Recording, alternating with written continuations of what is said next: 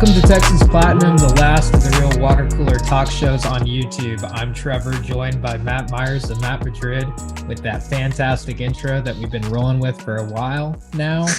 And welcome to the show, especially if you're new here. Be sure to like, comment, and subscribe.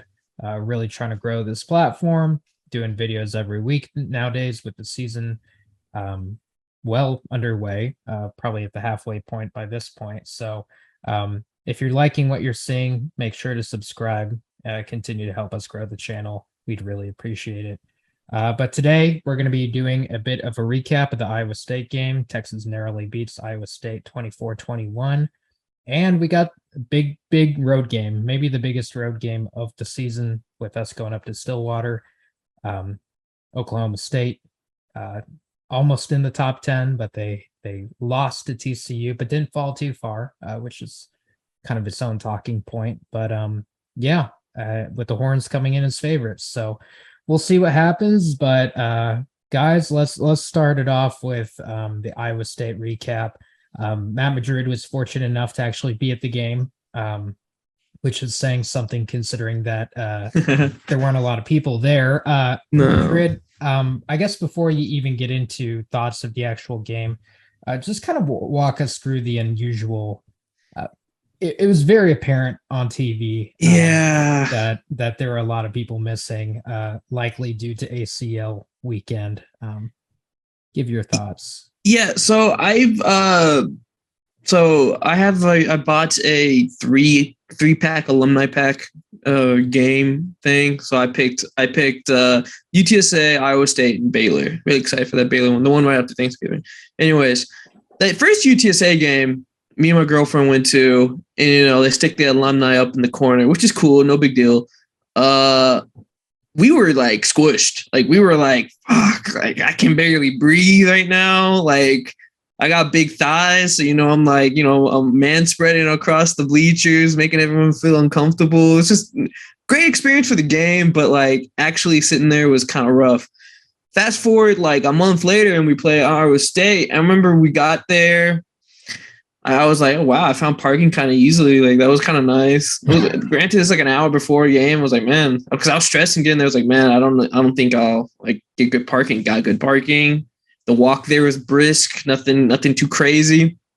Beaver Boulevard was looking nice. I was like, oh, okay, it's cool. We start heading up all the way, since it takes freaking forever to get all the way to the top. It takes so long. Yeah, with all the ramps and everything. Yeah, exactly. Yeah. Finally get there 15 minutes before the game, and I was like, man, like I could really spread out. Like I could stand on the bleachers in front of me if I really wanted to. I was like, well, I guess people are still coming in. Thought it was like, I knew it was going to be a lighter game because one, it was 11 a.m. Trust me, it was tiring just to stay awake during that game. But, I was like, man, there is no one filling in these seats right now. I think a lot of, and it's true. And it's true. Everything you've heard, everything you've seen, your eyes do not deceive you. It was not a packed game at all. Like I had a lot of room. I do want to say I see a lot of criticism saying like the students actually kind of showed out a little bit. Like it was not them that were lacking. Granted, I'm sure a lot of them were ACL. It was the north side of the end zone, the north side of the stadium up there. It did not fill up at all throughout the whole game, and it was kind of I don't know. I didn't like that. I didn't like how I could see like chunks of bleacher. I get it if it's like sparsely populated, if and people have room, because that's how it was like up in the nosebleeds in the balcony. Like, yeah, it was space, but like people were filling up all the rows. There was straight sections and rows on that north side that were just not filled. I don't know. I guess people look. I guess the casual fan thinks Iowa State is probably a pushover. And I could see why they think that, but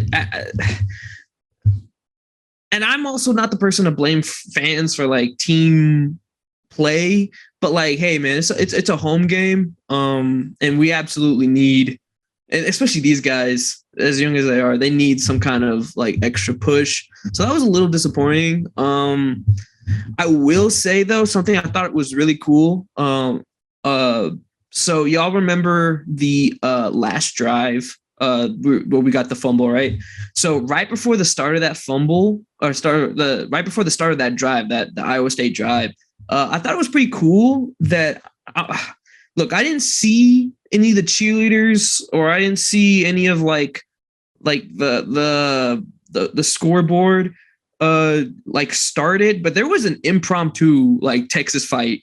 And that was kind of cool, because like I think everyone knew what kind of game this was. Like, everyone's seen this type of Texas game before, and there was just an agonizing like feeling of like, bro, please do not screw this up. Do not screw this up.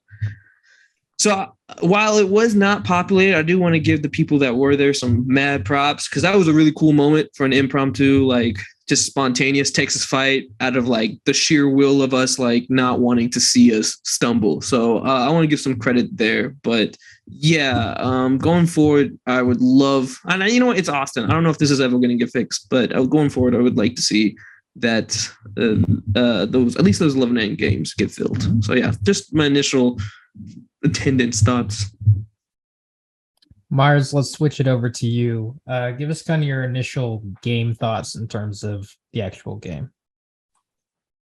It was a ugly game, and this kind of sounds like sunshine pumping now that we won in like retrospect, but it's kind of nice that we won ugly and we showed up sloppy and made clutch plays down the stretch to win the game against a good team. I mean, Iowa State, they're 3-3, right? Or whatever the record is in the Big 12, 0-3, but all of their losses have been like last second against good teams. Like, they play everybody to the wire. They have the best defense in the Big 12. And that's a natural hangover spot for Texas. I mean, 11 a.m. against Iowa State, who's the grossest brand in the Big 12 by far. Like, you see them, you just don't get excited to play them. And Texas was probably drinking the Kool-Aid after OU, of course. And even some of the players said it. But the way that we were able to step up at the end and win despite all of our self-inflicted wounds is a great step, because little things like that our team just would not be able to do last year. I mean, no chance to win this game last year. Like, Sark said that in his press conference. So it was good to see us drive down at the end to get the game-winning touchdown. We were moving people on the O-line, which was nice, against Iowa State's front seven, which we weren't doing earlier in the game, but when it mattered, we were. So that was nice. And then Anthony Cook, a la Aaron Ross, Mac Brown at Nebraska 2007, forced the 2006 forced the game-winning fumble recovery, Jalen Ford with a haymaker too, bro. Like, yeah, a freaking missile. I know, and all of the rival fan bases wanted targeting. That was just beautiful football. Crap. Only one that lowered their head on that play was the quarterback. So don't lower your head like that. Like, don't do that. Yeah. So that was a great play, and then it warmed my heart seeing third and short, game on the line, get the first down, game's over. Yes, give the ball to Roshan over Bijan. Roshan's the heart of this team. And he got stuffed in the backfield, but he was fighting for it. And then Jay Witt comes up. He's like, I got you, son. And he like carried him to the first down, and the game was over. And that's just like culture plays that the players are bought in. And shout out to the class of 2019. I mean, there's only a few of them left, but the ones that are here, like Tavondre Sweat, Roshan, and Whittington, they're making a huge impact on this team, on this season, culturally, Cook, and on the field. I think Cook was 2018. Actually. He was 18. Yeah, you're right. But yeah, all the upperclassmen, like, literally have been complete 180s from what they were last year. So just a lot of great signs. I mean, obviously there were so many things that we did wrong. I mean, Quinn Ewers, like I said, probably would have his worst game of his career, but he ended up with 3 touchdowns, 0 interceptions. He just didn't light them up, but it's hard to light up Iowa State like that. And there were times where, I mean, Casey Kane drops that wide open touchdown. That would have probably blown the game open at that point. And that was a backbreaker in terms of Quinn and his numbers. So, but yeah, I mean, just overall, I would say this was an impressive win, gutty win, but like Sark said, you have to clean it up, because in Stillwater, it's not going to fly on the road. We're lucky we were at home in this one, because in Ames, I feel like it would have been a little bit of a different story if we played like that. For sure. A few thoughts for me. I found it so funny that during the game, especially at the beginning I think it was halftime even, I was like texting the guys And Thomas was saying like, "What's going on?" And I texted slop, and then Madrid texted slop. That was very much a word that seemed to define the way that we looked. We just looked sloppy, which is weird because at the same time, like we Iowa State was getting a lot of yards and driving down the field, but the fact that we held them to 21, I think is impressive and I guess can be seen as a positive step. Jalen Ford's interception in the end zone was huge because that would have been, a touchdown um, or some type of score if it wasn't for that, I'm sure. Um, but yeah, I mean, there were a lot of, there's a lot of things that we need to clean up and improve, which is good considering that it's following a win. So it can be positive, but I mean, like special teams, you get that great punt block and you get no points out of it. I don't know what's going on with Bert Auburn. We were so excited about him because he looked money, and then now this is back-to-back weeks that he's missing field goals. Wasn't even a long field goal. It was pretty makeable. But hopefully he'll get that sorted out again. He's been great up to this point, so maybe just getting into a kicking funk, kind of like Alabama's kicker, ironically, who's definitely in a funk right now.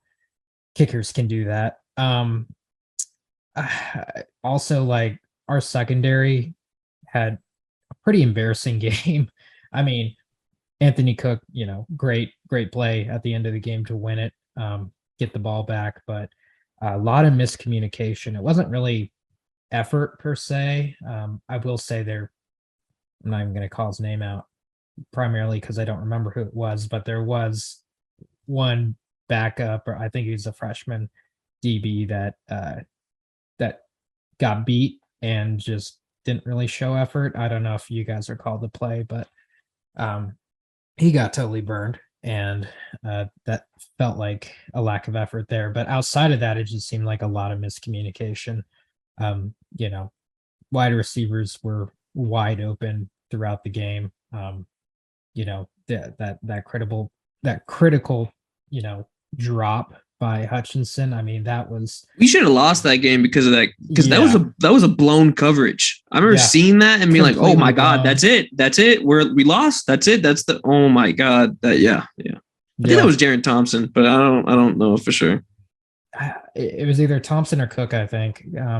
But I mean, there were a lot of coverage breakdowns. I mean, the whole game, Hutchinson was wide open, which made no sense because he's like the guy that you need to cover, like double team him for all I care. And the fact that he was uncovered countless times, is something that needs to be desperately fixed, especially against Oklahoma State, where you got some good receivers that actually can, catch the ball and spread it around. And then I guess last big area for improve. I mean, offense, yeah, definitely, but defensively, we aren't really generating a pass rush.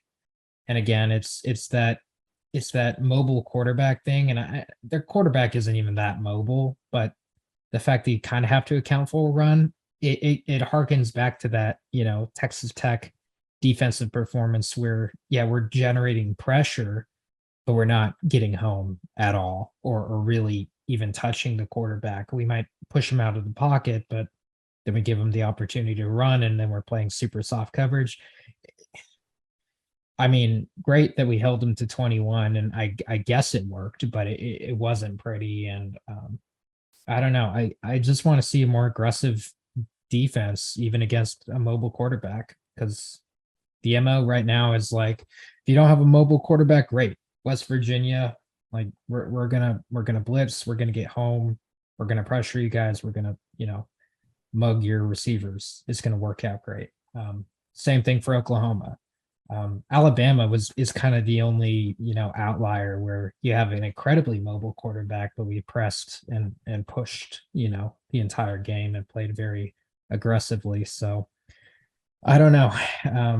That was not great to see, but we got a new week, and I'm sure that Oklahoma State will present some challenges and opportunities for our defense to kind of show up big and not only win big, but like actually look good again.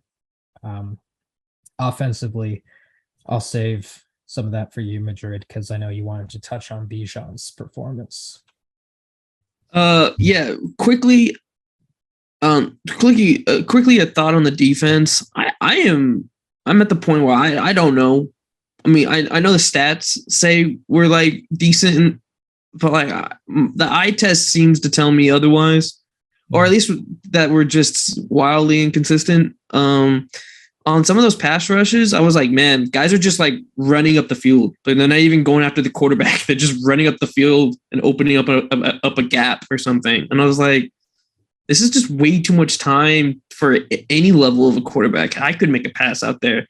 And then just to give up that touchdown, for them to take the lead, that was scary, man. I was like, that was like a 15, 20 yards out. So it was at least 10. That was scary. I don't know what to think of this defense at times. They play well at sometimes and they play down. It seems like they play better when the whole squad is locked in compared to like individuals going off. But which is frustrating because that's just going to lead to wildly inconsistent play. So I don't know. I don't know what to think of them. I just hope that they show up when we need them. On the offensive side, I think we saw a little bit in the beginning how young Quinn is. He about gave me a heart attack when he threw that ball backwards. I was like, brother, throw it forward. What are you doing? He like let go of it like late too. I was like, what are you doing? I thought that was a little funny, but sometimes he just shows you his youth, and I think that we need to remember that sometimes. For the most part, I think the offense did phenomenal, given the mistakes they gave, because they showed up when that really mattered.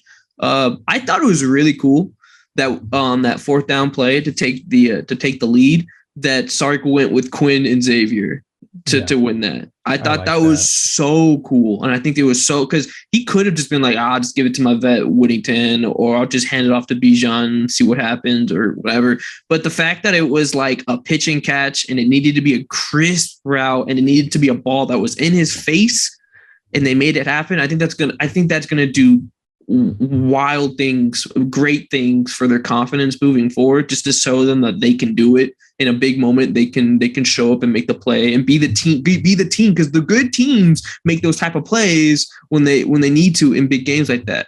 And that's an X factor in itself. Like that's an advantage in itself to be able to execute when you really need it like that. So I thought that was really cool that he went with them like that. And then I had a little spiel here on Bijan.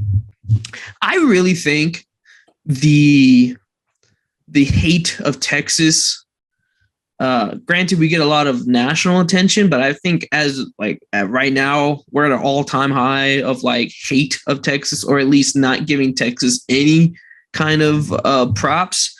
And what that is leading to is an erasure of Bijan's season that he's having right now. I think I don't know if we touched on it, but you have on here that Bijan is the number 3 receiver on this team. He is. That post route he had in the middle of the field, looking like a wide receiver out there, was insane. So Iowa State is the best, I think the best run defense in the Big 12. And then the highest amount of yards that they gave up to anyone so far was 78. Bijan had 141. And he caught him, and for a lot of the game they were stifling him. And that's just kind of insane to me. He's kind of having like I don't know. I kind of he got a lot of comparisons to Saquon, to how he played, but that last season that Saquon had, or the one right before he went off to the draft, was like eerily similar to this one. But like, because he was all the way up there on Penn State, so like people weren't giving the benefit of the doubt, for who he was playing and all that in 9 yards. But for us, it's like you can't even say like he's better than Blake Corum. You can't even say he's better than who am I blanking on? I forget the other running backs that are hitting it off right now, but it's kind of insane to me. We thought we had something with Deontay Foreman, and we did. He was really good, but this is even better. Like he masked so many problems that we have, and I just know he's gone after this year because like economically it just makes the most sense. I just implore everyone out there that to realize what we have in this young man, and like I love the guys we have coming up next, but they may not even get close to this guy's this skill. So I harp on that so hard. It's just beautiful to watch him just carry an offense when we have nothing sometimes. So I think we should appreciate it more than Texas fans already do. So right. Yeah, he's gifted. Shout out Stan Drayton for bringing Bijan to yeah, Texas. man. What a gift he left, man. Yeah, for real. And I was checking the mock drafts this morning, and Bijan at 26 to the Cowboys. So oh man, we'll see. I'll see. take that. That'd be cool. That'd be cool. What's beautiful about the NFL is like no one's taking like Zeke at number 4 anymore. Like no one's taking him that high. So like a middle of the road team can snag someone like him, which is pretty cool. Yeah, definitely might be like rookie of the year next year for sure. So he'll end up on a decent team late first round. So that's exciting. But I was also looking at the mock draft, making sure that Jalen Ford wasn't on there because Jalen Ford's so good. Yeah. The interception he had in the end zone changed the game for us. Like if they would have scored a touchdown there, went up 14-0, we probably lose. I don't know if we lose, but the game goes a lot differently than it did. Yeah, we got that pick and then we turned it on offensively and went down and tied it up. And the fumble recovery, Big 12 Player of the Week. This guy is being developed by Jeff Choate and PK and Gary Patterson.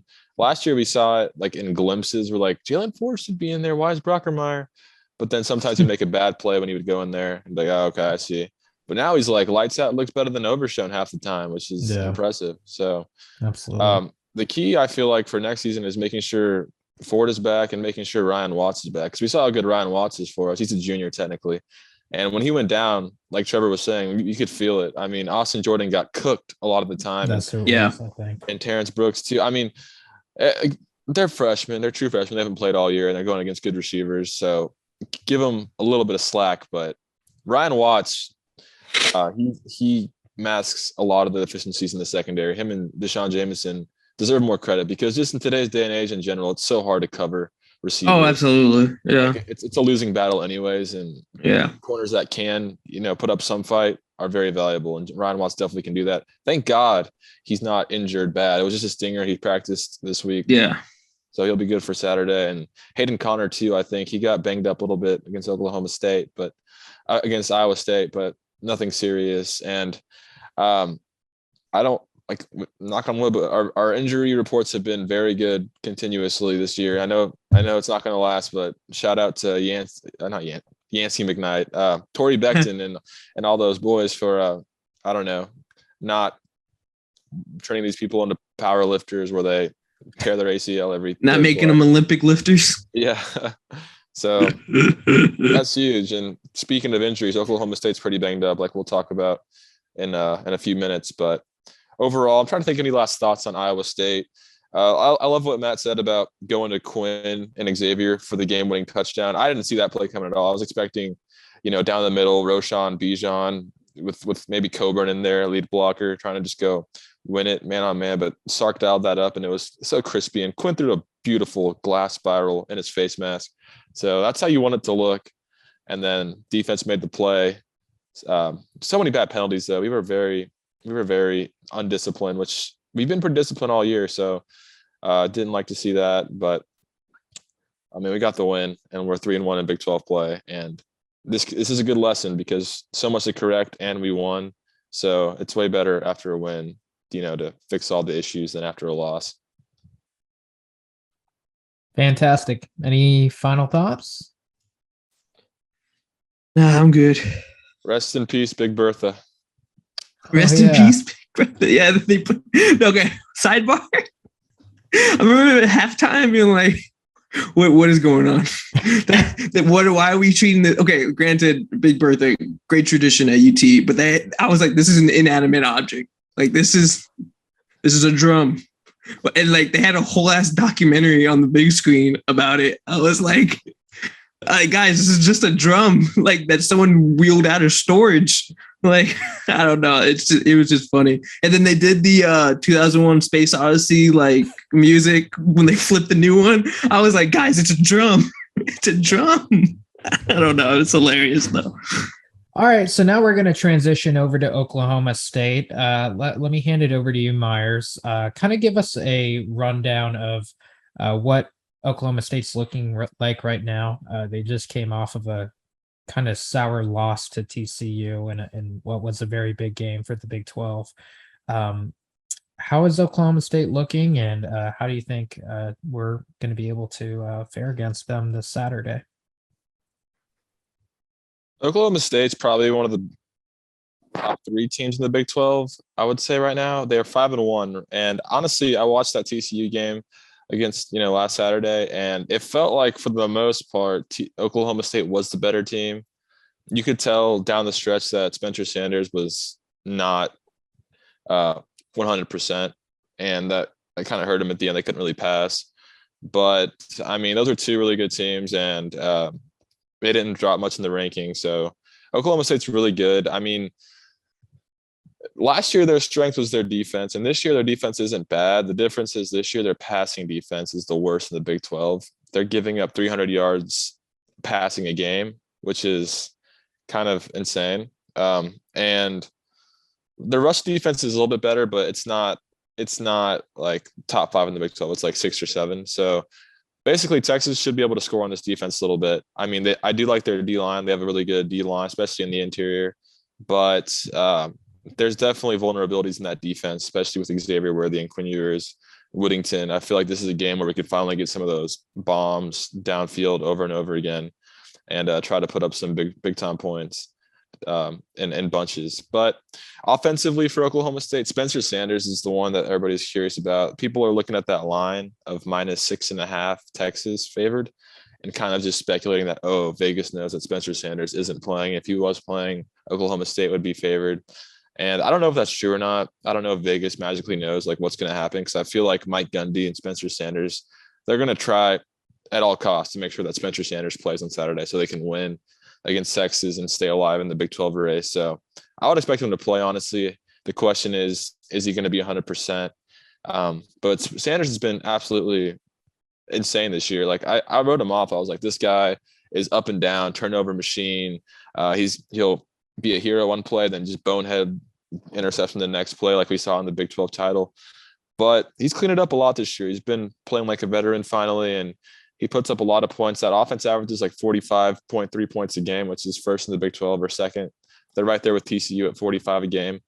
And they got good receivers, Brendan Presley, Braden Johnson, and John Paul Richardson, as well as an experienced O-line, although they I believe are battling a lot of injuries on the O-line. So that could be something to watch for our D-line. And they got 2 good running backs, Dominic Richardson and Ollie Gordon, the guy that Texas wanted late in the process last year. True freshman. He's a real good player. So like always, they got players, and it's a Mike Gundy team, so it's never going to be easy, especially when you're in Stillwater. So I don't understand the line at Texas -6.5, but hopefully Vegas knows something that we don't, and hopefully Vegas is right and Texas goes in and wins in Stillwater, because that'd be something that we haven't done in a while. I mean, we've won in Stillwater recently, but winning a road game, I would say it's something that we need to prove that we can do with Sark and Quinn Ewers. So, yeah. Madrid? Yeah, I feel like in the past they've had stronger run games. I mean, they have good backs for sure, but I don't think they're producing like a Chuba was back in the day. So if Spencer Sanders is hurt, doesn't play, or is at least limited, I honestly think the reason some of that line is reason why that line is so I don't say so high, but in favor of us, is because if Sanders isn't playing well, I don't know how well that offense will be in general. So that is something that I'm interested in seeing. I like what you said, Matt.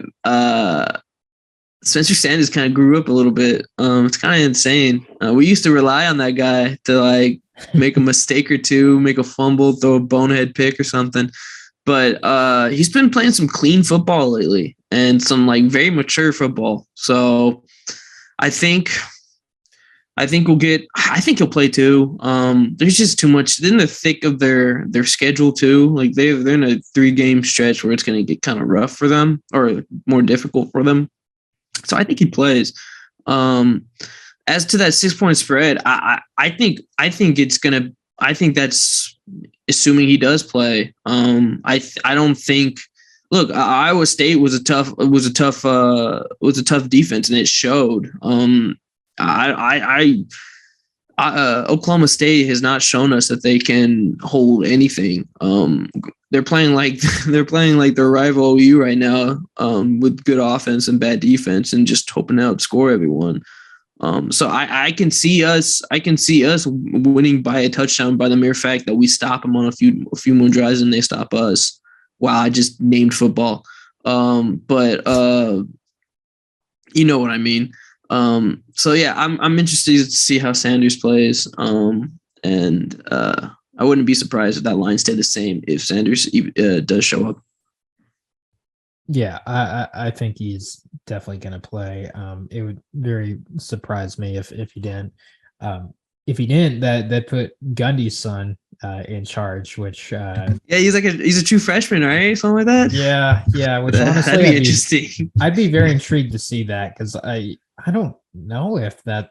I'm sure that's happened before in college. In fact, I can guarantee you it's happened in college football history. But for that, for a D1 program, yeah, I can't think of. Again, I know it exists, but someone in the recent memory, I don't know about recent memory of a father-son head coach quarterback. Like that would just be cool to see. Hold on, I'm gonna do some research. Yeah, come back to us. Middle Tennessee State, Stockstill. They were like a dad-son duo, and the quarterback was good. I remember that. Yeah, but that's not D1. Like I'm like a high profile. You want a high profile? Hold on. Was Ty Detmer's dad a coach? Yes. Wait, was he the coach of BYU though? No, right? No. They have a bunch of football lineage, but I don't think it was ever son. Okay, cool. Son and dad at the college level. Look it up. I bet you were missing someone glaring. Yeah, I guarantee you it exists. I just can't think of it at the moment. But yeah, just type in like head coach, quarterback, father, son, something like that. But yeah, Sanders is going to play, I'm sure. Senior year, I don't see him sitting out unless something's really wrong, and I don't think there is based off of the TCU game that I saw. To the point where he'd sit out. I will say that, yeah, Oklahoma State, even though they are a very good team, I don't think they're as good as they were last year. Defensively, I think that we can really take advantage of them. And that we'll go into this for keys to the game, but I mean, the fact that their secondary is giving up so many yards and points per game, it's funny because they're forced. I think they lead the Big 12 in sacks, but they're still giving up like 30 points per game. So it's kind of hilarious that the two statistics can coexist. I think it kind of shows you actually that sacks are a little bit overrated, and really it's more points per game whenever determining a good defense. But yeah, and then offensively, they have Sanders. They got good weapons, like Madrid said, not really a bell cow running back, but they have some pretty good receivers as well. They definitely kind of spread the ball around. I don't feel like there's one guy that really completely takes the bulk of the catches. I mean, you have blanking on his name right now. He's been around for a little while, but yeah. So I think they're a beatable team. the only trick here is it's a road game, so that's been a big challenge for Texas as of late. And it's in Stillwater on their homecoming weekend, so that's going to be busy. I don't know if it's a sellout yet, but it's a sellout. It is a sellout. Okay. Well, I'm of course sure it it's a is. sellout. I don't know. I don't know why it won't I'm be. sure it's a sellout. So, yeah, it'll be a big environment, for sure. So, it'll be kind of. I think it's really more so on Texas, than it is even Oklahoma State, where I think this game's on us and it's on our leadership. And yeah, beatable game, winnable game, but we'll have to put our best foot forward. Brennan Presley is who I was thinking of. He does lead a team with receptions, but they do spread the ball around pretty evenly. Yeah, he's good. But yeah, they don't have the typical James Washington, Des Bryant, Blackman. Right. They always have a really good star receiver, Tylan Wallace. So Mm-hmm. They don't have that at least, but they're still dangerous. So let's go to keys to the game. Myers, how about you lead us off again? Kind of give your. Okay, I have two, and they're kind of random, but last week I got to shout myself out because I did say Iowa State key of the game was to score 24 points because that probably wins the game for you. Yeah. And that was like written in the stars. We scored 24 and won 24-21. So this week, my key to the game is winning the special teams battle, because Oklahoma State's probably better than us in the special teams. They're one of the better ones in the Big 12. They have both a punt return and a kick return for a touchdown this year.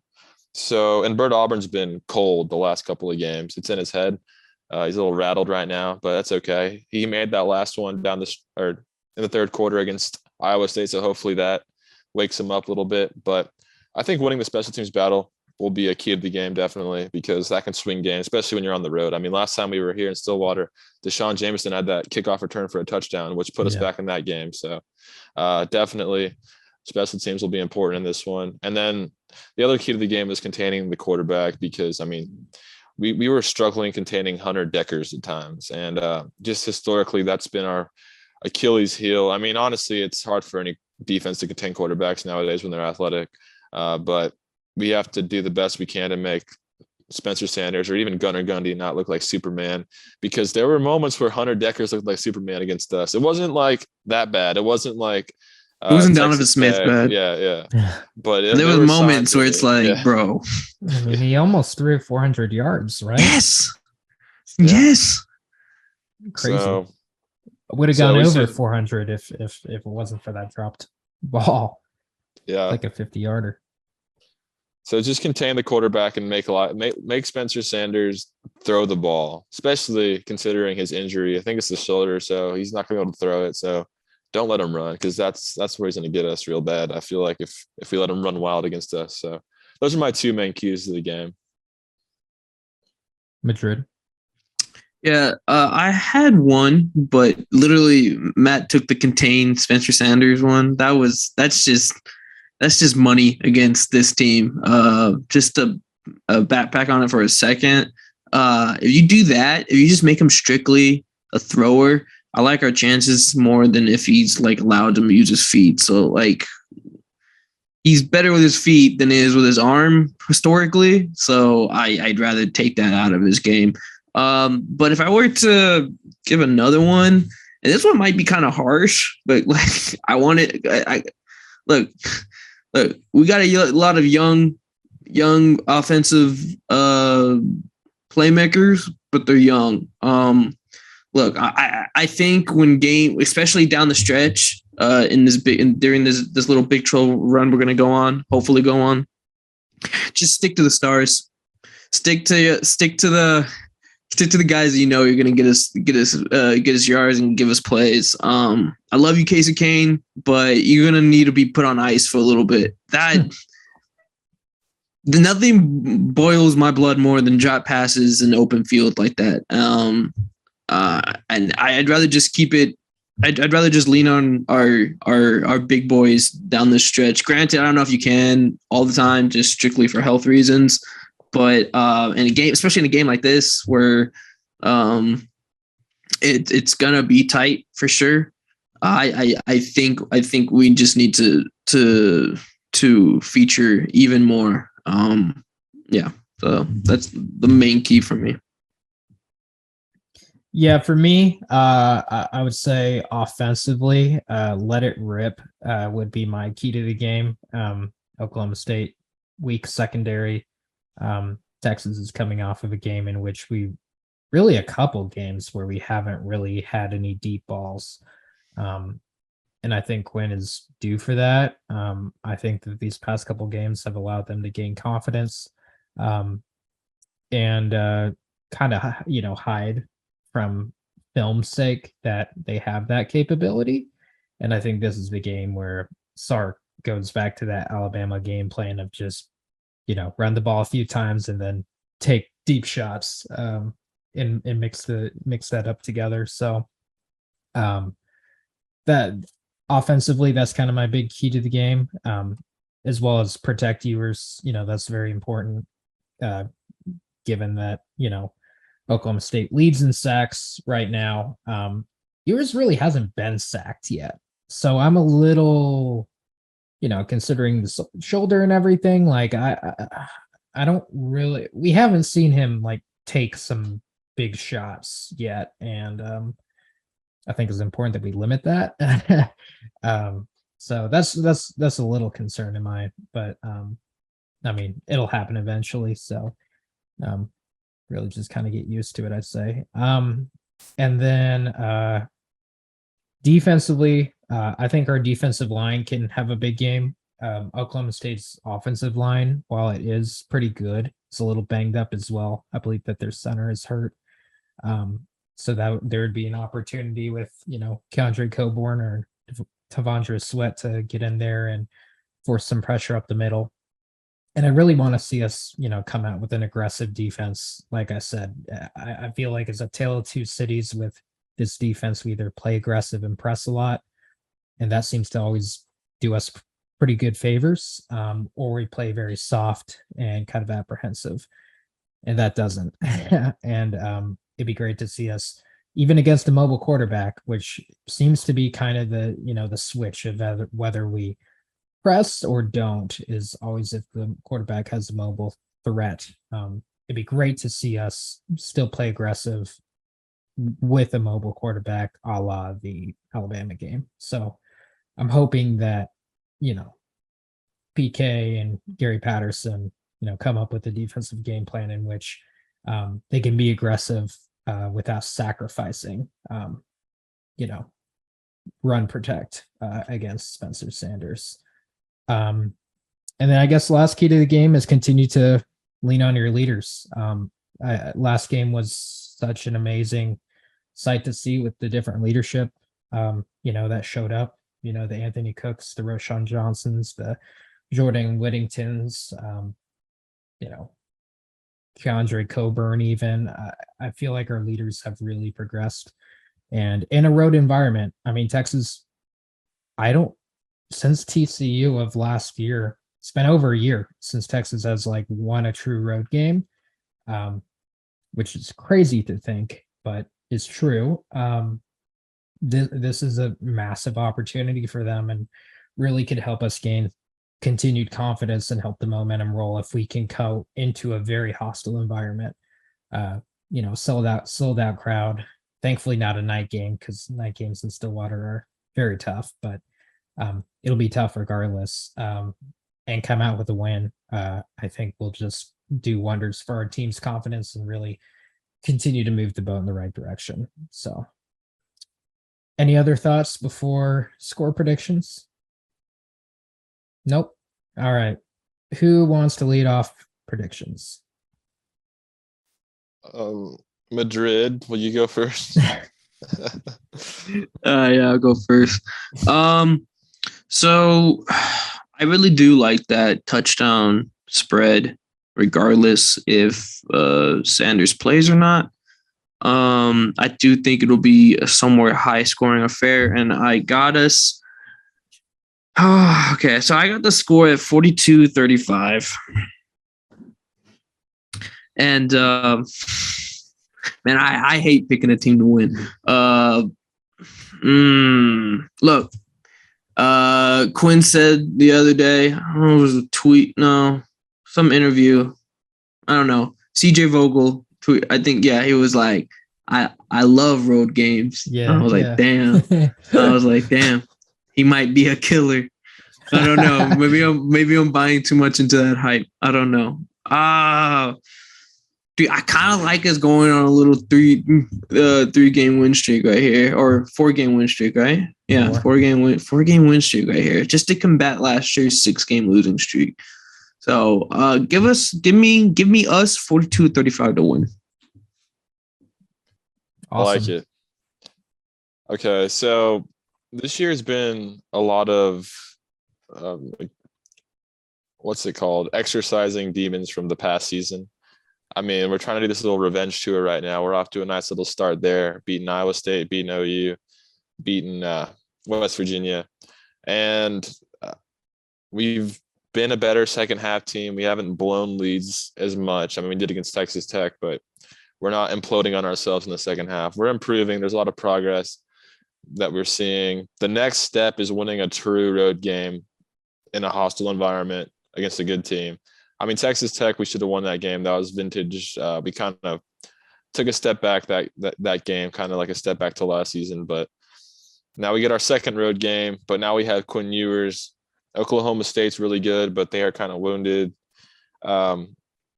These are two evenly matched teams. I feel like two teams that are definitely could end up in Arlington in December. So I have the final score 35-34. I think we're going to lose this game. I can't trust us to win a road game till I see it. And it's going to be a coin flip, I feel like, down the stretch. Maybe Bert Auburn misses a field goal for the win or something like that. But I feel like it's going to come down to the wire, and we're just going to come up on the short end of it because that's all we've done really on the road recently. So if we win this game, though, that would be just absolutely massive going into the bye week. It's 6-2. And you're on a 4-game winning streak, and you control your destiny in the Big 12, and you're sitting real pretty. So this is huge for Sark, huge for Texas, a huge moment for the development of the program. I mean, we're on schedule right now, but if you win this, you're kind of ahead of schedule, I feel like, because we're looking good at like 8-4, definitely 8-4, maybe 9-3. But if you win this, then you might be looking at 10 wins possibly down the stretch if you keep playing well. So this is huge for Sark, and I'm going to give Oklahoma State and Gunny the benefit of the doubt because – I mean, they're proven. They're always good, and we're not really there yet. So 35-34, Texas loses a heartbreaker.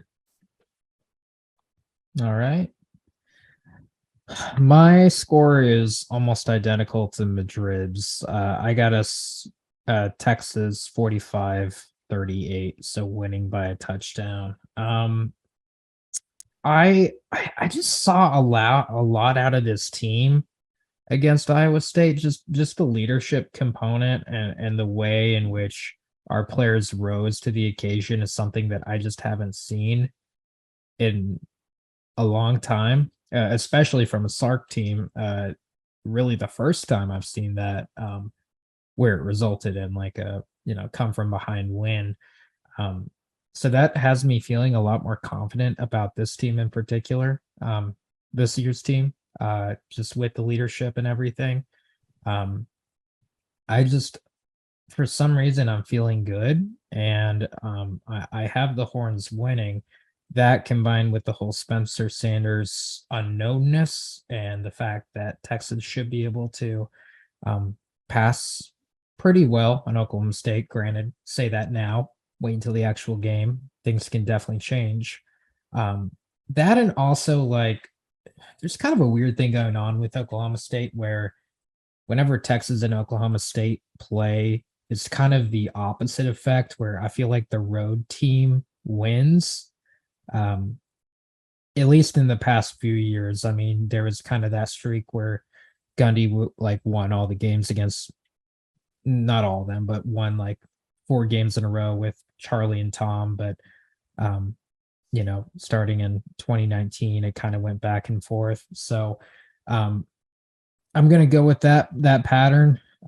Maybe not the smartest thing to do, but I don't know. There's just something kind of weird about this rivalry. And I feel like I feel like the away team always seems to get up big for the game and always be able to squeak it out. So yeah, I like the Horns by 7 in a high scoring affair.